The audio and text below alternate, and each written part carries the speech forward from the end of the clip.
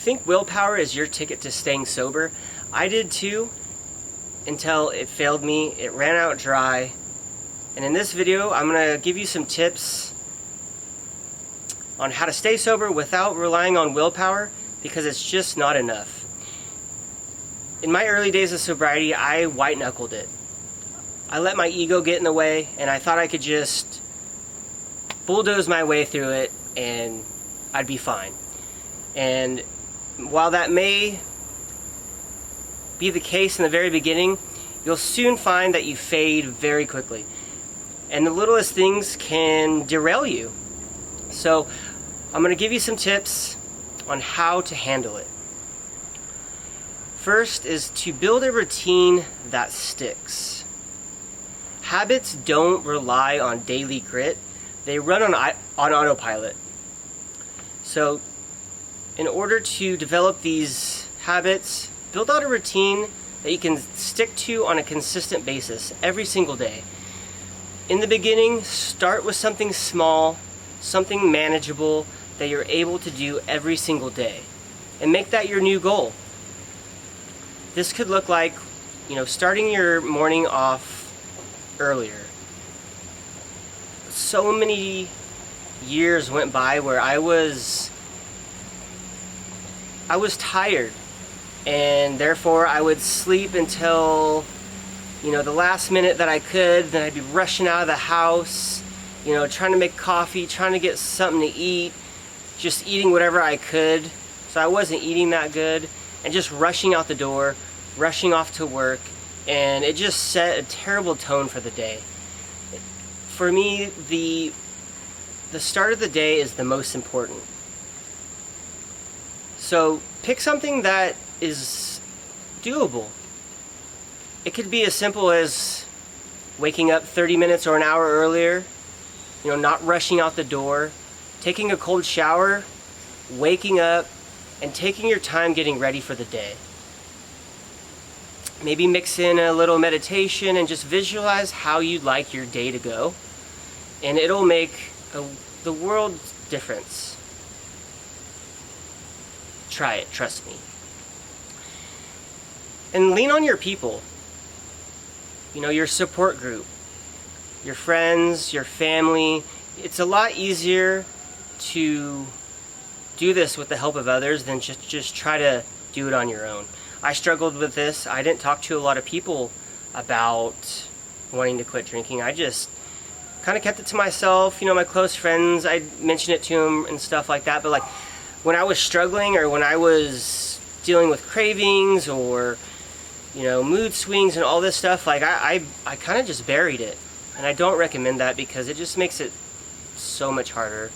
So have someone that you can talk to when you're going through tough times. A sponsor, hire a coach. One thing that's nice that I offer with my clients is, besides our one-on-one meetings, is they have access to my phone number. So they can text me when something's up, and they need a little, quick tip or something, and, I respond. So just little things like that. Find your support group and utilize them. Reach out to them when you need. At some point, you're going to be dealing with cravings. You're going to be dealing with cravings a lot, actually. And so plan for those cravings. Anticipate them. Don't just wing it. Don't just take it on the fly, because if you do that, you're going to go for a drink. I've been there so many times. Anticipate what you're going to do when those cravings arise. Just find some sort of distraction. Maybe have a phrase, or think of your why. If you've got a little streak going, think about that. And usually if you can distract yourself for a few minutes, maybe 5 minutes, maybe 10 minutes, maybe shorter, usually that craving will subside. Think about what you're working towards, and not, the quick fix of having a drink. And the cravings do fade. That's the best part. At some point, you're not going to have any cravings. I can't even remember the last time I had cravings. I'll even test myself. If I'm out and about with friends or my wife is trying a new beer or something like that, I'll go and smell it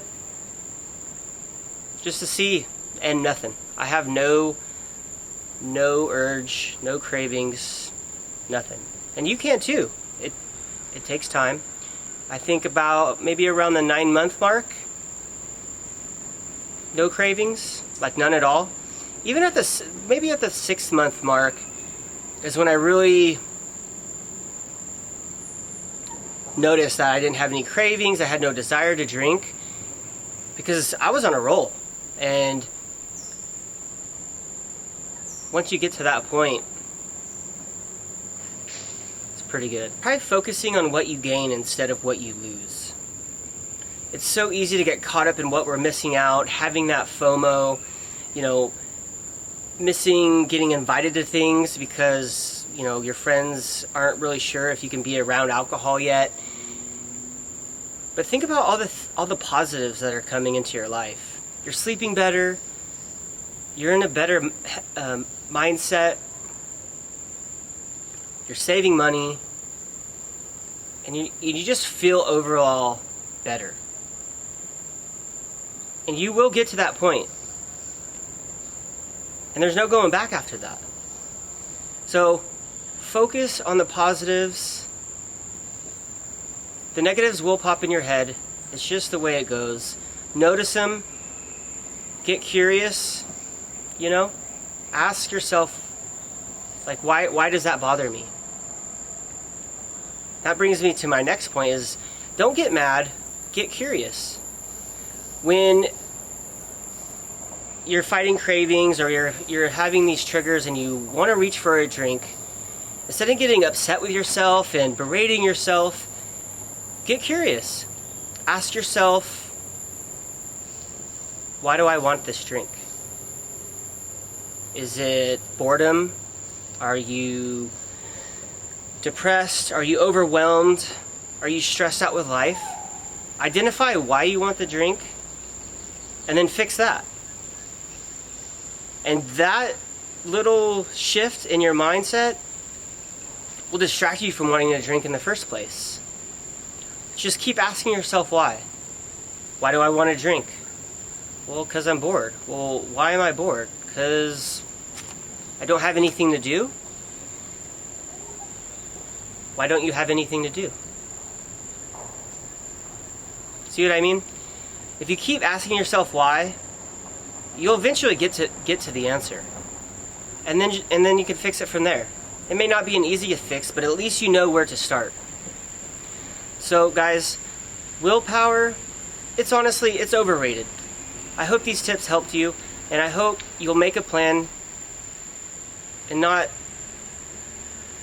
rely on, just pushing through and trying to bulldoze your way through quitting drinking or, your cravings, whatever the case may be.